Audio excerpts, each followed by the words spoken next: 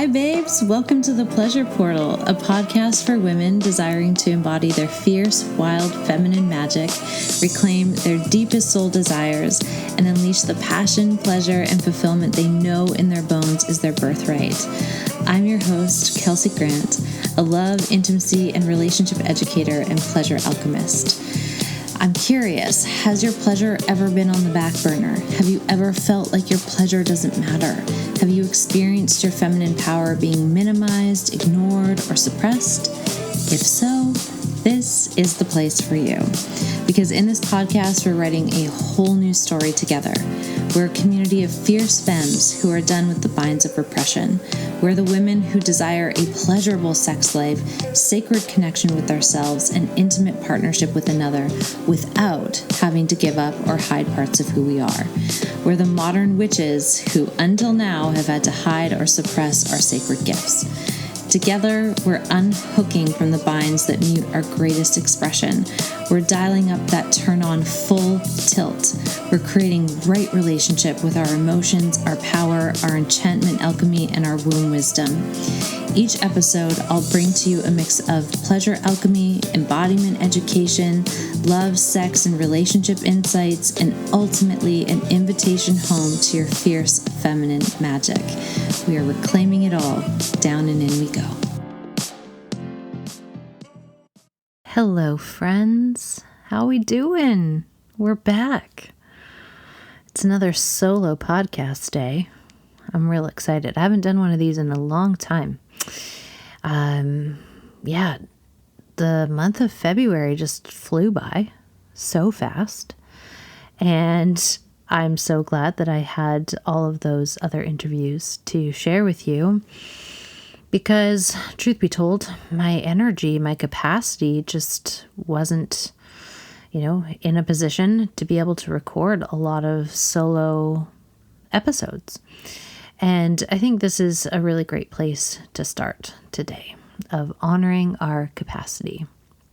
Because a lot of the time we don't. A lot of the time we overdo it. We push past our limits. We push past, our intuitive nudges. We don't listen to the body. And in the month of February, I decided to sign up for a teacher training for an embodiment method. And I'm just loving it so much. It's just so good. And one of the things that I'm really noticing inside of that training is the fact that, I can be really attuned to my body. And then there are times when I am totally out to lunch or I am just pushing past my limits because my mind tells me that I have to move in a certain direction or be on a certain timeline. And the thing is, it's all made up. Like, I'm making up my life as I go, just like you're making up your life as you go. And the only person who has autonomy to say what I do or don't do is me. Like, at the end of the day, I'm the one who's investing my energy into certain relationships, into certain ideas, or into certain containers. And I'm the one who has full control and authority over that. And when I'm pushing past my limits, when I'm not honoring my body, what I'm doing is I'm signaling to myself that I can't be trusted. Like, I can't trust myself. Can't trust myself to honor what my actual needs are. And, that's going to filter into how I approach life, how I engage with other people.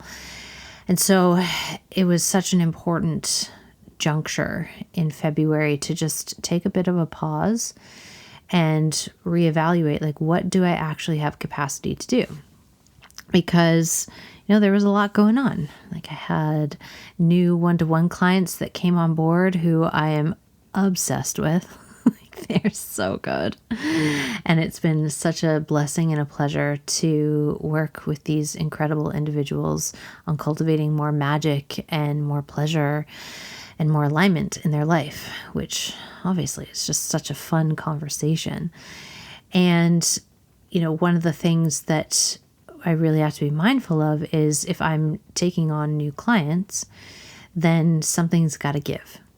And I need to readjust my life or my commitments to really honor where my energy's at.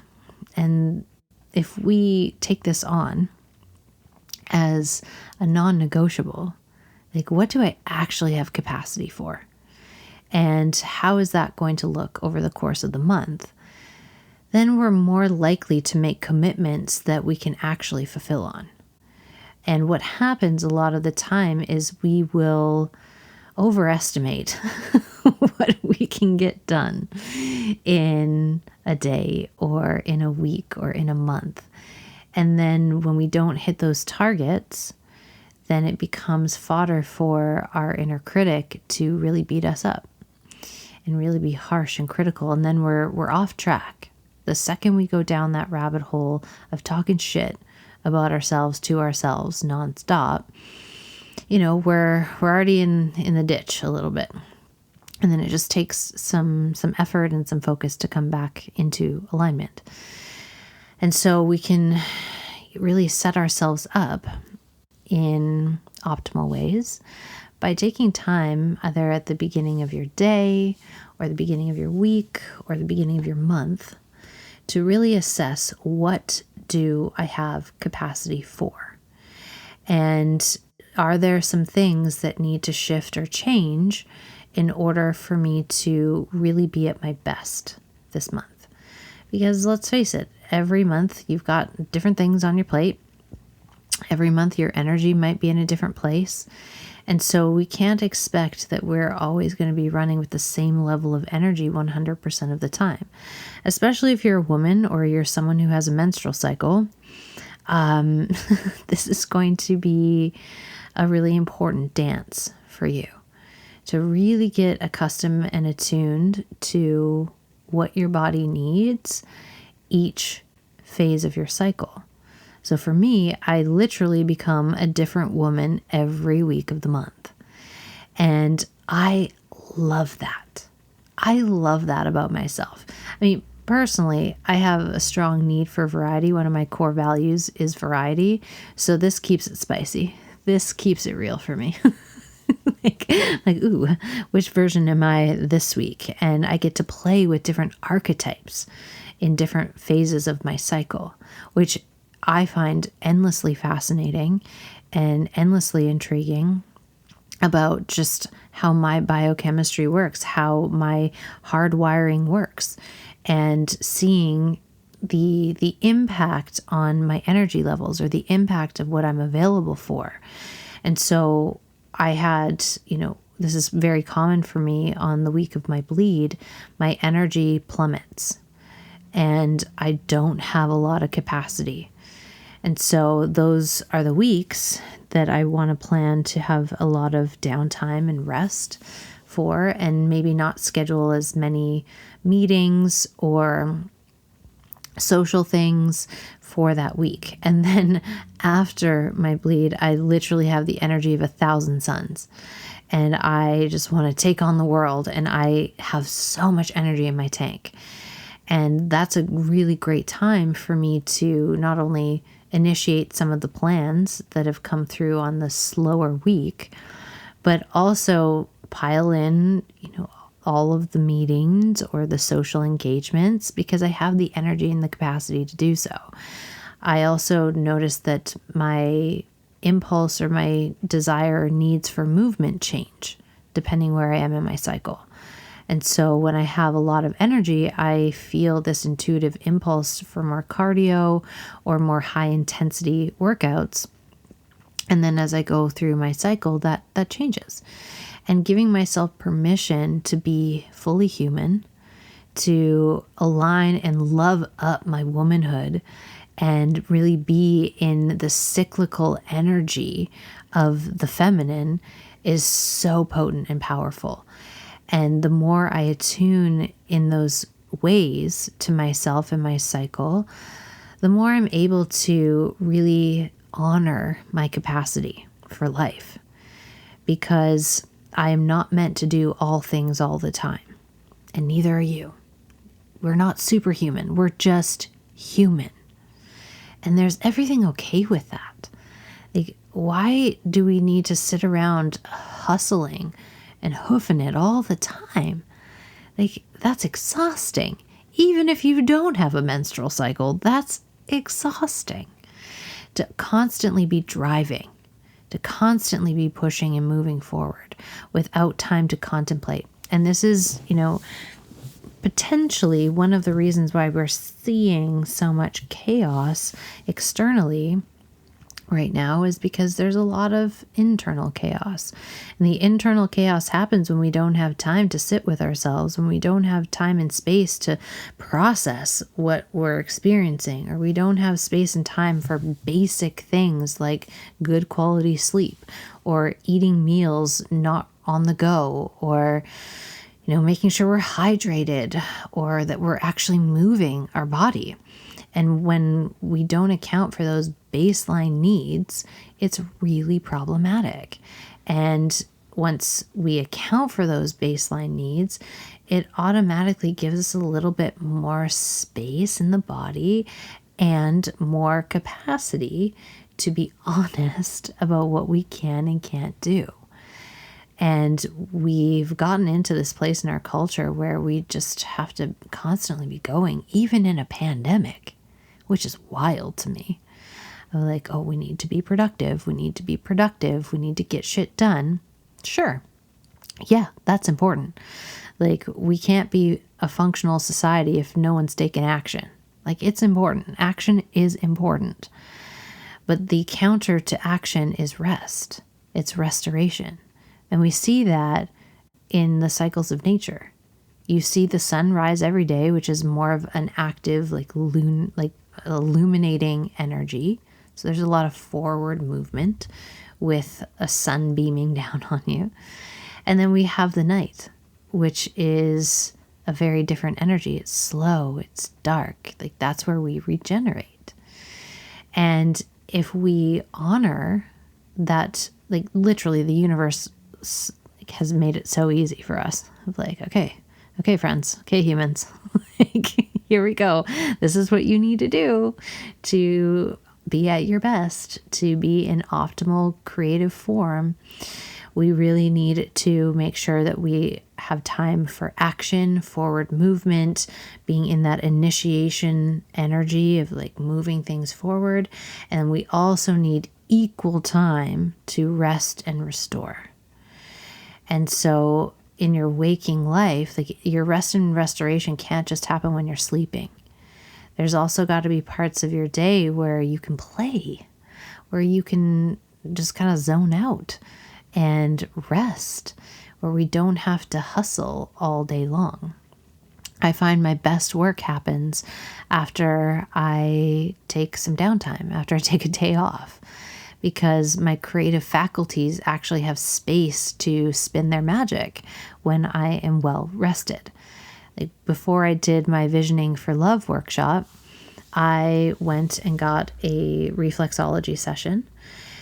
And after that, I just wandered up and down the street. I found this cute new plant store, and the guy who owns it was such an amazing human. And he's like, have you been in our store before? I'm like, no. Like, I'm just wandering through the neighborhood and just stumbled upon it. He's like, okay, well, I'm going to give you 10% off your purchase today. And I'm like, oh, that's really nice. And so collecting these moments of kindness and generosity and just taking in the beauty, like, I was not expecting that at all. And it was a nice addition to my day. I was able to collect that evidence of, the generosity of other people, the kindness of other people. I got to take in the evidence of beauty. Like, there's so many gorgeous plants in that store and so many gorgeous flowers. And because I had slowed down the pace of my day, I actually was quite present. And I was, watching people on the street and how they were interacting with each other and looking for these moments of joy and moments of connection, because they're there if we're willing to look for them. And when I kind of slowed down and kind of, where do I want to go next? What do I want to do next? And then eventually I ended up in a coffee shop, and I pulled out my laptop and I just started writing. And what came through was a couple of plans for, a few new programs, but also the complete workshop for the Visioning for Love workshop that we did last weekend. And it just came through like a shot, so fast, so fast. I was there for maybe an hour, because I think there's like an hour timeline or time limit now. And it all came through. I'm like, okay, here it is, easy peasy, ready to go. Like, there was no struggle to it, no struggle. And part of the reason that there was no struggle was because I allowed for my natural needs for rest, for downtime, rejuvenation, which then gave me the capacity to hold the magnitude of that creative force that was going to come through. And it did. And for any of you who are in the workshop, you know what I'm talking about. Like, that was fun. We had a good time in that workshop. And if you missed it and you're like, I want to get on the good time, well, you can, because the replay is still available until the end of March for free. After March, it will be a paid workshop, and you can get the paid replay. But for the month of March, you can get it for free. And I've decided to do a free workshop either once a month or once every 2 months, whatever the flow feels like, when there's something really potent and important to zone in on. And I really loved communing with all of you. There was over 230 of you that signed up to be there on the live workshop, which was so fun. And then, of course, people couldn't make the live, but they came to the replay, which is incredible to have that many people who are staking a claim of, like, I am the conscious creator of my life, and I am here to generate magic, and I am here to do extraordinarily important things. I know that I have an important piece to play in the weaving of the tapestry of this thing called human life. And to see all of these people show up for themselves, for each other, for the world, from this anchored place of, we're going to vision for love. Like, we have this core element that's uniting us, that we care about love. We care about relationships. We care about creating a world where there is more love and more healthy relationships. Because right now, sometimes when you're on the internet, it seems like one big dumpster fire. And the thing is, that's not actually true. But when we spend too much time in these containers of social media, where people can hide behind a keyboard and spew, their emotional dysregulation onto each other, it can quickly snowball into this idea that, oh God, the world is a mess. And, like, don't get me wrong, there's shit that needs fixing. Like, there are some issues that we need to, put our love and our energy and attention into. And my perspective has always been, the most effective transformation is going to come from a place of love. When we look in a relational container, let's say your partner's doing something that you're just not digging, and you're like, oh, this is not good for us. When you bring that forward, if you yell and scream and berate your partner, and you tell them that they're a worthless piece of garbage and a piece of shit, and that they should just listen to you because you're better, there aren't very many people who are going to listen to that or take kindly to that. They're not going to take you seriously. And yet that's what's happening on the internet most days. People who don't know each other are screaming at each other, making massive assumptions about each other. And it's really eroding our capacity to relate powerfully. It's eroding our capacity to be with difference, to be with someone who thinks differently than you. And in order to actually transform some of these major issues, we've got to be able to listen to each other. We've got to be able to hear each other. We've got to be able to, see the truth in what someone's saying, even if it's not what we agree, if we see things differently. But yelling and screaming at each other, calling each other names, attacking character, like this shit is not workable.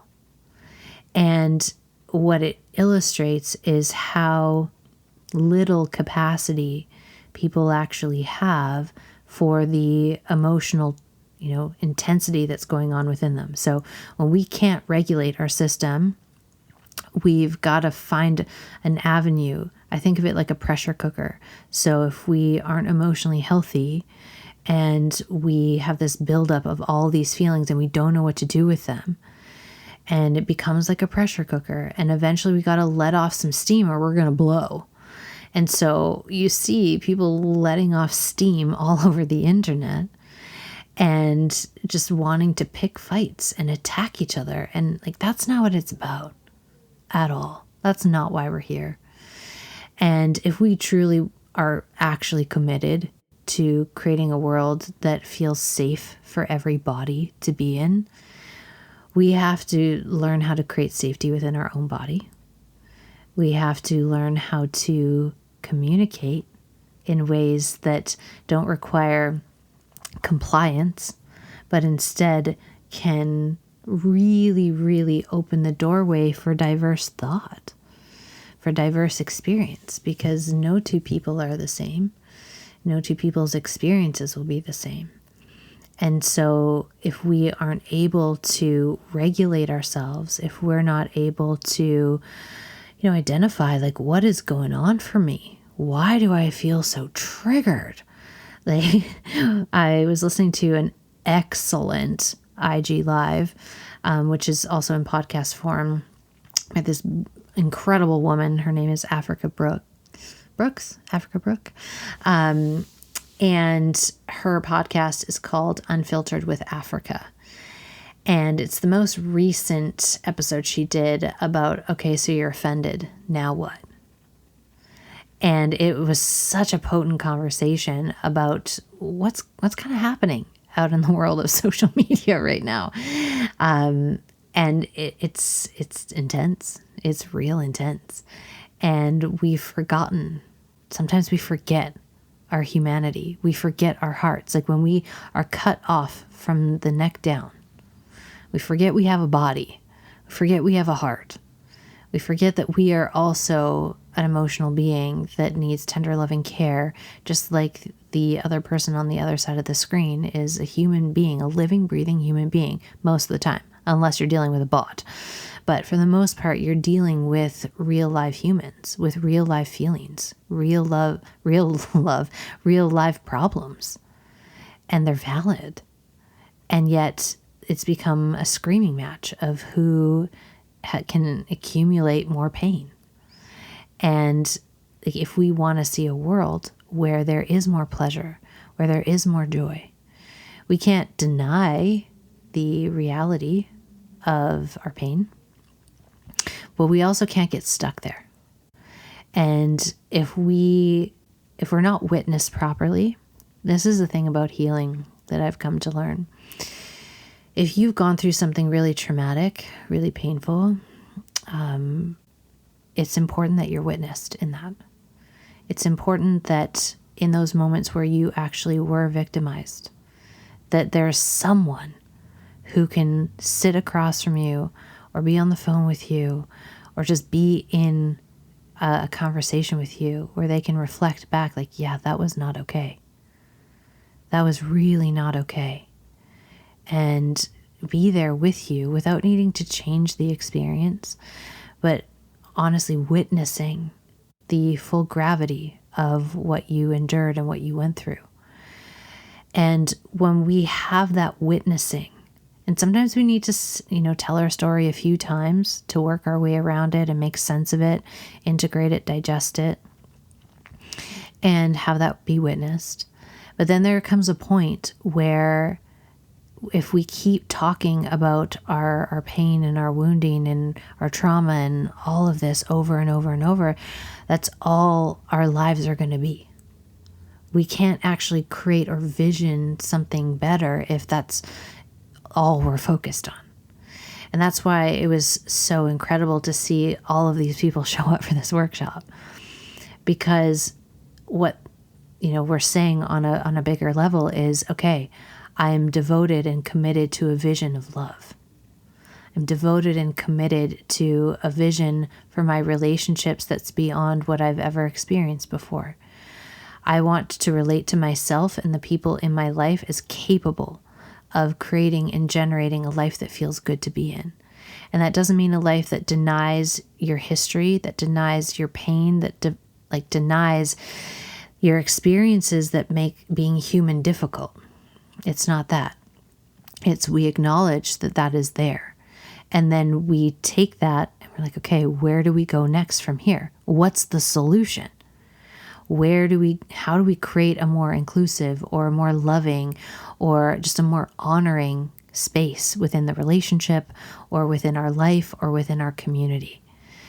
And when we can vision for what's possible, we start to notice our capacity is expanding and we're able to hold more nuance. So the more that we, connect in with the body, track what's going in the body, allow our pain to be witnessed, allow it to move through, when we're not witnessed, then we have to scream louder. When our pain hasn't been honored, we have to scream louder, because it's part of the healing process to be witnessed. And sometimes, this is part of the process, you have to witness it yourself. And it can't just be a solo mission. Like, we've got to be able to witness and connect in. Like, that actually was hard. That was really painful. That was not okay, what happened there. And then have another person reflect that back. I remember after I went through a really traumatic relationship where there was a lot of emotional abuse and a lot of infidelity, I just kind of taken the perspective of like, okay, I got to deal with it, kind of the stiff upper lip. This is just how it is and I got to move through it. And in private, I would definitely process and feel my feelings and be in that. And it was the first time that I started to really challenge that perspective of like, do I really need to pretend like everything's okay? Because it's not. And that feels really inauthentic. But I also don't want to dump on people. And a lot of like the first stages of that had to come from me of, Kelsey, it's okay. It's okay you're feeling this way. Because you just went through something that was really fucked up and not okay. And by giving myself that permission slip to be not okay, then eventually, like, I felt safe enough to open that doorway to be witnessed by others. And one of my best friends, she played such a crucial role in the healing through that relationship ending, because she was the first one to acknowledge how fucked up of a situation it actually was. She was like, that was an abusive relationship, right? That that's emotional abuse, right? And on some level I did know, but then on other levels of like wanting to, protect my image, protect his image, like I didn't want to admit that fully. And it wasn't until I admitted it fully, like what it actually was. And of course, that doesn't paint the whole relationship with that brush, but there were major strokes of that relationship that were really not okay. And by having her witness that, and we had to have a couple conversations where I just was a mess and a blubbering, crying, sobbing mess. And having my pain acknowledged and witnessed and held with reverence was so essential. And that's what I see is really missing right now. Like, there are a lot of people who are hurting, who are asking for their pain to be witnessed, to be held with reverence. But if we don't have the emotional skills to regulate ourselves and to hold a different experience than one we might have to ourselves, like, we get into some slippery territory where we might be invalidating someone's experience, or we might be cranking up the drama or cranking up the pain in order to have it be acknowledged. And so something that we can really do on an individual level is look at our own capacity. So going back to at the very beginning, like what do I actually have capacity for today? And can I be in a space of honor and reverence for my actual bandwidth? And maybe that means having some boundaries around social media. Maybe it means having boundaries around your bedtime. Maybe it means having boundaries around, the types of food that you really need to ensure that you have in your system on a regular basis. Like, there are ways in which we can start to really honor our physical field, our emotional field, our mental field, our spiritual field, because that's no one's responsibility but yours. Like, I am my own responsibility in terms of managing my energy and ensuring that I get what I need, especially on a physical level.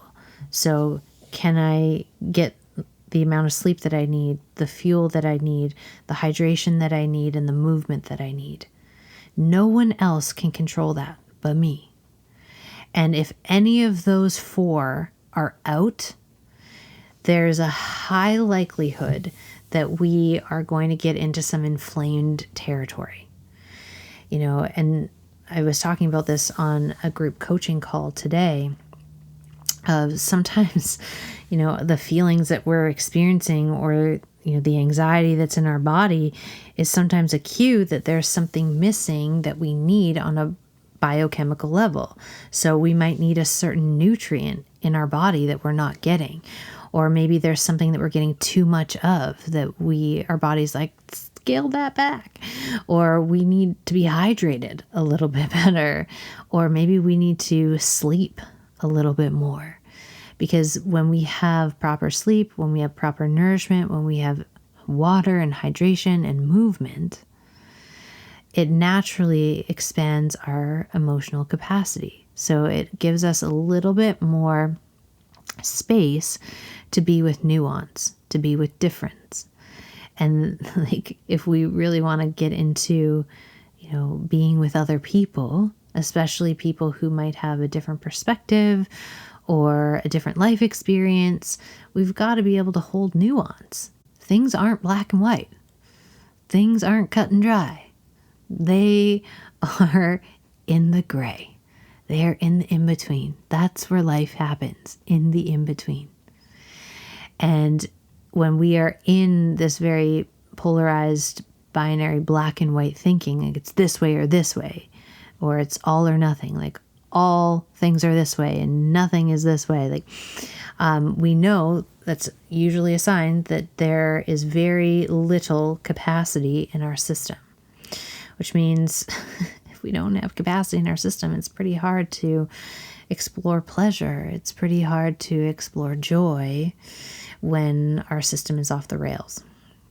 And so we really want to come back to our body. And I'm really excited for this teacher training and down the line to be leading more movement classes with all of you and bringing that into the work that I do, because it's been such a game changer just in the last couple of weeks of noticing, as I do this movement practice on a daily basis and I really listen to my body and what it needs, what type of movement it needs, how it wants to release, all of a sudden I have more capacity to be with the nuance of life.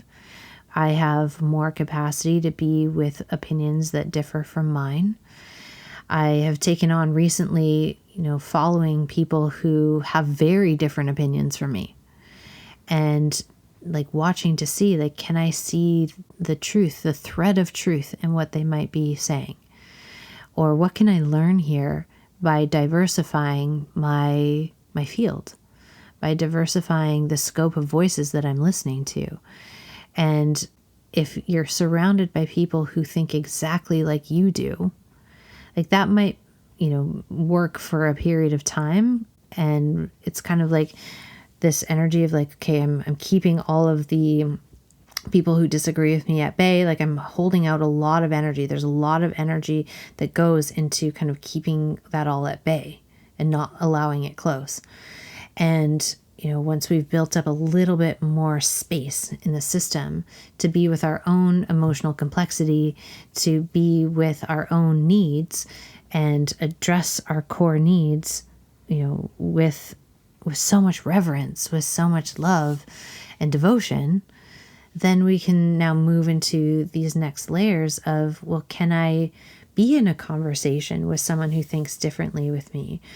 And, the telltale sign of someone who is really emotionally healthy is that they can be in a conversation with someone who thinks differently from them without going into name calling, without going into character assassination, without going into sarcasm.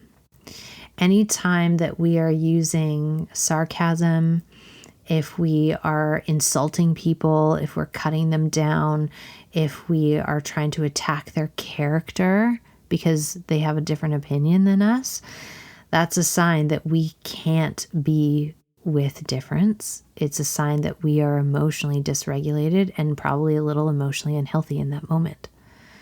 Because when we are in our emotional health, we can be with different voices because we know who we are. We know what we stand for. And there's an openness to listen, to hear someone else's perspective that might be different than your own. And through those dialogues, that's where we start to find common ground. But you will never find common ground if we start slinging insults, if we start attacking people, and making gross assumptions about who they are when you know nothing about them, really. And we, this is kind of where we're at in our society right now. And we're seeing like just how much room there is for an improvement in the emotional health sector. There's a lot of talk about mental health, but we need equal amount of talking about emotional health, because it's the emotional system that gets hijacked and that kind of spins us out of control. And we need to learn how to be with our emotions. We need to learn how to move our emotions through our system so that they don't get stuck in the body, and so that we can actually be with someone who potentially could remind us of somewhere that we've been before and not feel like it's a major, major, major threat. And so when we haven't, met our emotional interior world, we don't know how to dance with it masterfully, well, then we have to keep anything and everyone who could potentially trip it up at bay. And we've learned over time that one of the best ways to shut someone down is to attack them, is to call them names, is to make sweeping generalizations about who they are that really don't align with who they probably actually are. And when we move out of these more toxic ways of relating, we now have space to be with each other. We have space to create more understanding. And this happens in relationships too, where you'll usually have two people who end up in a relationship who have some common ground, of course, but who also think differently. They have different life experiences. And what happens when we're in our adaptive child or we're hijacked emotionally is that we need the other person to be the same as us in order to feel safe. And it's really a false sense of safety, because like the more integrated safety is when we have the capacity to speak our truth and speak it with respect and consideration, and also hold space for nuance and a difference of opinion, and find the nuggets of truth on both sides. And this was something that I learned from John Wellwood. And he talks about it. Oh, I wish I could remember which book it is. I'll try and find it and put it in the show notes. But he talks about in conflict with people, there's always a degree of distortion and there's a degree of truth. And that's happening on both sides of an argument. So both people who are arguing with each other, there's a degree of truth that they're touching on, and there's distortion. And when we don't know how to be with our emotional interior, we can't admit that there could be distortion. We have to be all righteous. And we like, no, I'm right and you're wrong.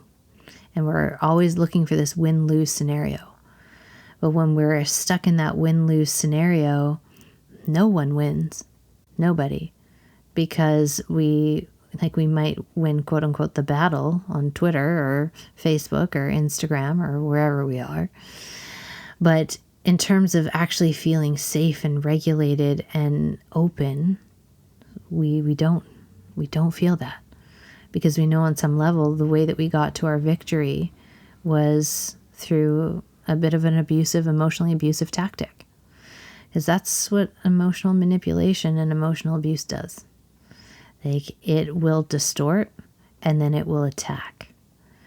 And it has no space for challenge.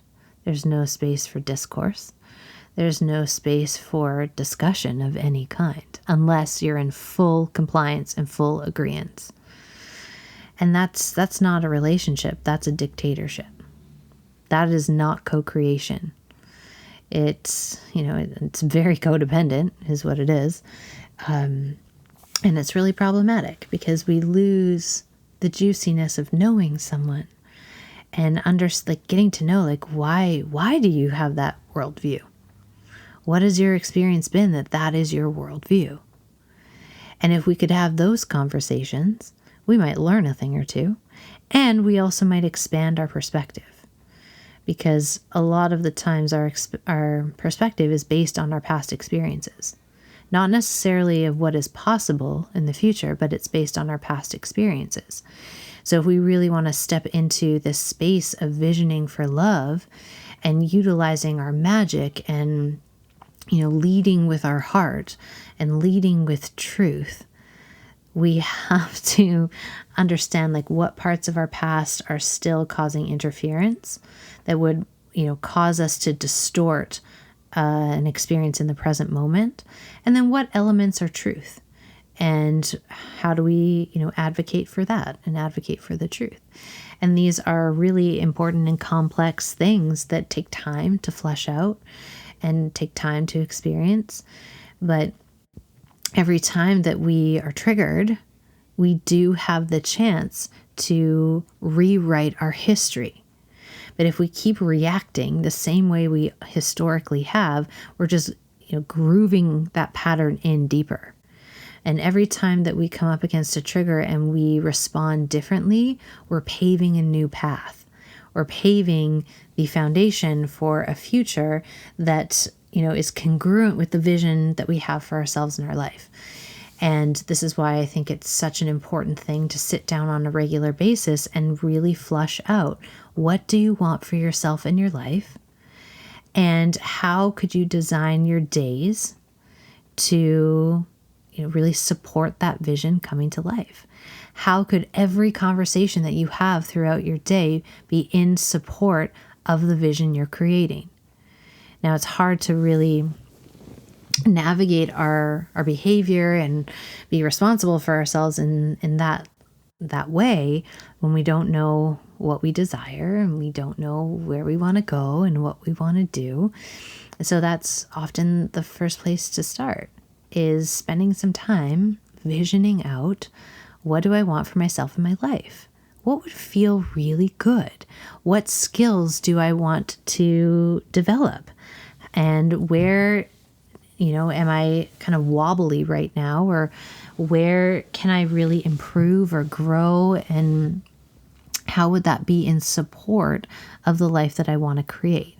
Because if I keep, staying in this pattern of being reactive and shutting down and, turning away from people who see things differently than me, or a partner who has a difference of opinion, or anything, this can be in our families, this can be in our relationships, friendship, coworkers, the world at large. And if we are able to be with the complexity of our own experience, okay, what what am I really strong at and what do I need some improvement with? Because we all have areas to improve. All have areas where we can be a little bit more attuned, where we can be a little bit more regulated, where we can be a little bit more respectful and loving and tolerant and kind. And if we're not willing to look at the ways in which we're difficult, the ways in which, we might not make the mark, 100% of the time, and we also take a look at what makes us inherently good and worthy, and like where our strong suits are, and where we are really strong, where we do have gifts, where we do have talents. This can be a game changer, because we're not just focusing on like, oh, everything you need to improve and everything that's wrong with you, because that's part of why we're in the mess that we're in, of constantly focusing on what's wrong and what's not working, but from a self-shaming place. And what I'm suggesting is we look at that material not from a shaming place, but more from an inquisitive, curious, like I'm a good little scientist in my life. Like I'm just collecting some data. Of like, these are the things that have been tripping me up lately. And what can I discover about myself? Like what's at the core of that? Where is that rooted for me? How does that remind me of somewhere that I've been before? And ultimately, what is my need that isn't getting met? And then once you know what the need is, then you can start building your life in a way that ensures that that need gets met. And that need will never get met by screaming at people to meet your need. Never. You might get temporary compliance, but over time, that won't be sustainable. And so we want to find ways to communicate our needs to other people that actually invites them forward and relates to them as someone who is capable, relates to them as someone who is inherently good and kind and trustworthy. And, the more we have that anchoring in the body, and we also do these honest explorations about ourselves, the more our radar is going to be finely tuned so that you can actually discern whether or not someone is safe or not. And when someone isn't safe, then you have the confidence in your boundaries to protect your peace. Because there's a lot of emotional manipulation, there's a lot of emotional abuse, there's a lot of bullying that's happening right now, and it's not okay. It's really not okay, and you are allowed to protect your peace. And the more you know who you are, what you stand for, and the vision that you hold for yourself in your life, the easier it is to put up those boundaries when they need to be there. The easier it is to not get hooked into the emotional fuckery that's happening all over the internet right now. And it's easier to stay in your lane, to reflect back. This came up in a coaching call today of like, okay, I see that you have a need to make me out to be the villain or to be wrong, or you are unhappy and disappointed with who I am. And it's not okay for you to talk to me that way. And if that continues, I will have to remove myself out of this conversation. And so even just having that boundary and knowing that you can say that, and that's not shutting down the conversation, it's calling up the conversation to a better level of quality, a better level of emotional intelligence, a better level of emotional health. And, I think there's a lot of, just misunderstanding about that in the general population right now of like, if I challenge you, that means like I'm denying your reality, which isn't true. And we make meaning to suit our, viewpoint of the world. And if we are constantly looking for things to be offended by, we will always find something. If you want to find evidence of ways in which your life is against you, you will always find it. Just like if you look for evidence that that life is, conspiring in your favor, or that people are innately good and they're complex, but they're innately good. And that you're innately good, you will find that evidence too. And part of visioning for love is being very, very disciplined in what we are focusing our attention on. Like, what evidence are we collecting? Are we collecting evidence through our lived experiences and the ways that we are interpreting our lived experiences? Are we doing so in a way that empowers the vision that we hold for ourselves in our life? If we are not, there is some cleanup on aisle 5 to do. And that is totally within your parameter to do. No one else can, interpret the meaning of the experiences that you have lived but you. No one else has that autonomy over you. You have the capacity to choose the meaning that the experiences that you have to you. Just like I have the capacity and the autonomy to choose meaning that actually supports the person that I'm becoming, that of course grounds it in reality of like, yes, sometimes I'm an asshole. Sometimes I don't get it right. Sometimes I have been hurtful or ignorant. Like that's human. Like, it's going to happen. And because I have acknowledged those parts of myself, if that's at play, I'm willing to acknowledge it. But I'm also not willing to take on an identity that someone else needs to put on me in order to avoid looking at themselves and looking at the ways in which they might be being emotionally abusive or harmful. Like, I'm not taking that on. And you don't have to take it on either. And when we come from this place of, I deeply know who I am, and I have high regard and like honest regard for who I am, and I am willing to acknowledge my shortcomings in the areas that I have room to grow, and I'm actively working on spiffing up those areas and improving those areas, then you're unshakable. Like, someone can't come in and disrupt your peace if you don't on some level agree with what they're saying. And when we know who we are and we know what's really, really true, someone could come in and say the most obscene things about you, and you're like, I guess we see this differently. I understand that you have a need to have that be true, and we see this differently. Like, I know who I am, and I'm not going to be kicked off my center because you have a need to make me out to fit this role or be a villain or whatever it is. And so the more that we anchor into who we truly are, what we really stand for, and are honest about our capacity, and we start to work with our capacity by being in the body and being with our emotions, like becoming more emotionally healthy. Like, we want to live a pleasure-filled life. We have to be pros. We have to be masterful with our emotions. We can't keep emotionally repressing and expect to live a pleasure-filled life.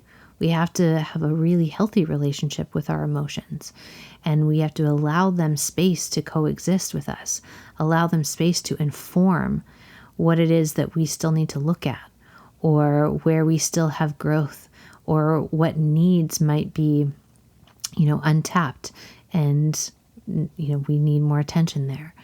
And there's so much room inside of that to really play with our relational dynamics. When we are coming from a much more emotionally healthy place, we now get to step into co-creation, not only with the universe, but with each other. And when we are anchored in who we are, what we stand for, we've met our shadow, we, are honest about what makes us difficult, and we're honest about what makes us brilliant.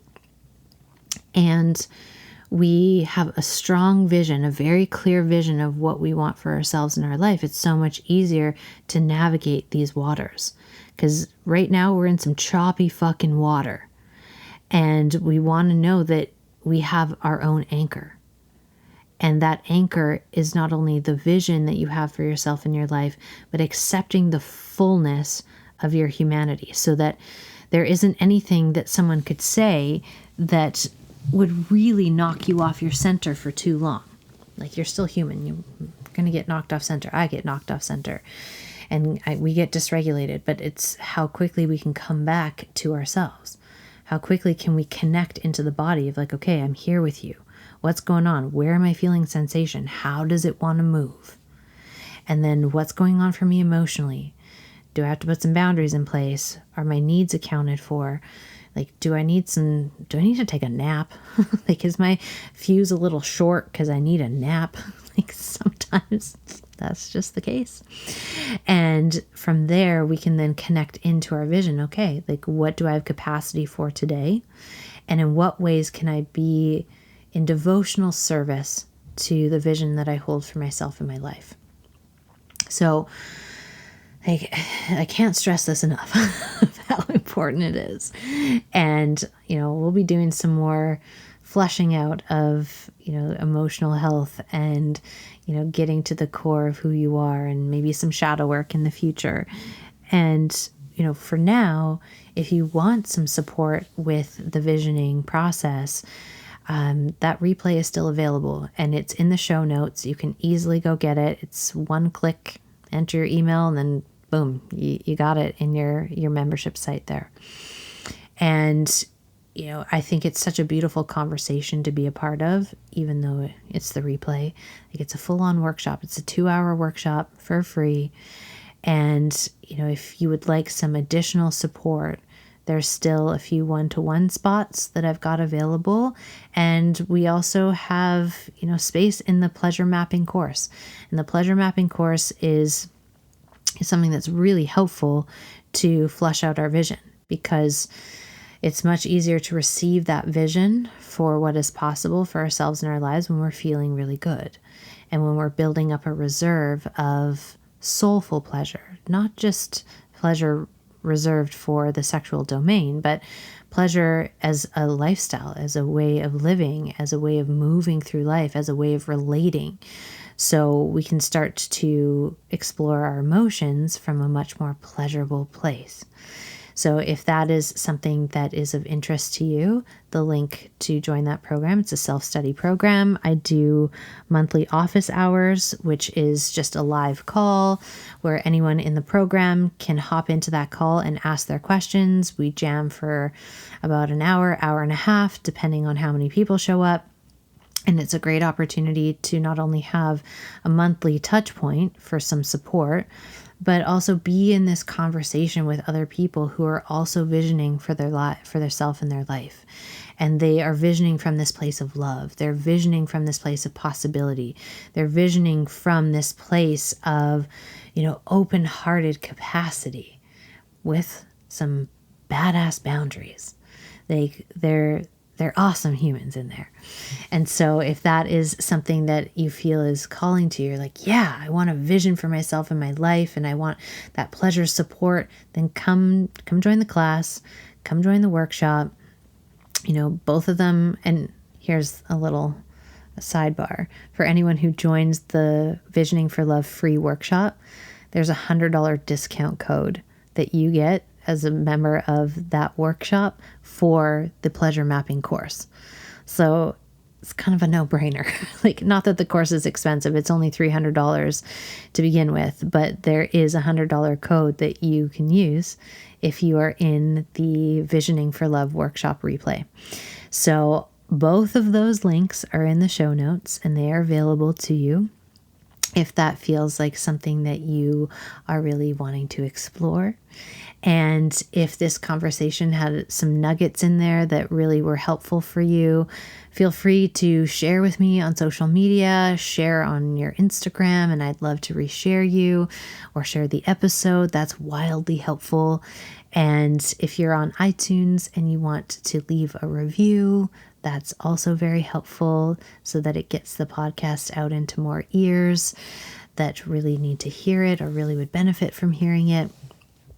And I'm so in awe of every single one of you in this community who listens to this podcast, who takes radical self-responsibility for yourself and your life. Like, I bow to you.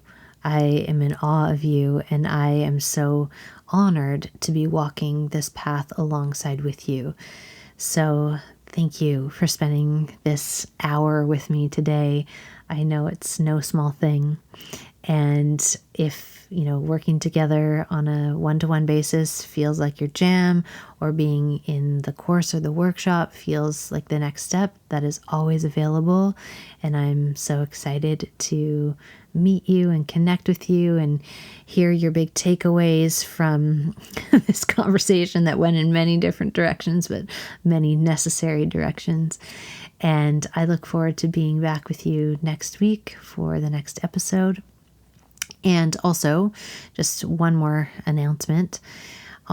Most Fridays on Clubhouse, my coven, so my sisterhood, we hop on there to do cocktails with the coven. So we grab our favorite drink, whether it's a cocktail or a mocktail or some water or some tea, and we talk. So our entire coven, which is full of some pretty badass babes, are on a panel. And this is an opportunity to come and listen to all of their wisdom and ask questions and have access to the sisterhood that we've created, so that it hopefully inspires and turns on pleasure for you, and all of the energies of possibility, so that can also be typed into your vision for love, or input into your vision for love. So if you would like to come join us on Clubhouse, if you're on Clubhouse, you can find us there tomorrow at 5 p.m. Pacific Standard Time. Why did I say tomorrow? 5 p.m. on Fridays, Pacific Standard Time. And if you follow me, Kelsey Grant, on Clubhouse, you will get a notification every time I open a room, every time we do a conversation. So you'll have that available to you, as well as an additional touch point. And if that's not your jam, that's cool. We'll meet here next week and we'll have another epic conversation. And I look forward to connecting with you all very soon. I hope you have a beautiful day or evening wherever you are in the world. And I just know that you are loved and you are cherished, and we're in this together, and we're going to get through. We're going to get through it. And I love you all so much, and I will talk to you soon. Bye, friends.